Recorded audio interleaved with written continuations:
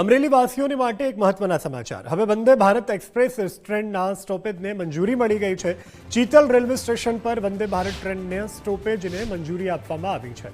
સાંસદ ભરતભાઈ સુતરિયાએ કરેલી રજૂઆતોને સફળતા પ્રાપ્ત થઈ છે।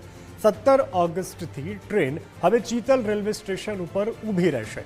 કેન્દ્રીય મંત્રી અશ્વિની વૈષ્ણવે સત્તાવાર મંજૂરી આપી છે। રેલવે વિભાગના નિર્ણયથી મુસાફરોની સુવિધામાં પણ વધારો થશે। સાંસદ ભરત સુતરિયાએ પીએમ મોદી અને રેલવે મંત્રીનો આભાર માન્યો। માન્ય દેશના યશસ્વી વડાપ્રધાન નરેન્દ્ર મોદી સાહેબ તેમજ રેલવે મંત્રી અશ્વિની વૈષ્ણવ સાહેબનો ખૂબ ખૂબ આભાર માનું છું। જે વંદે ભારતની મેં માંગણી કરી હતી કે અમારે અમરેલીમાં વંદે ભારત જોઈ છે, તે વેરાવળથી આપણને અમદાવાદ સુધીની વંદે ભારત મંજૂર કરી દીધી અને 17 તારીખે શરૂ થાય છે, પણ અમરેલીમાં સ્ટોપ નહોતો।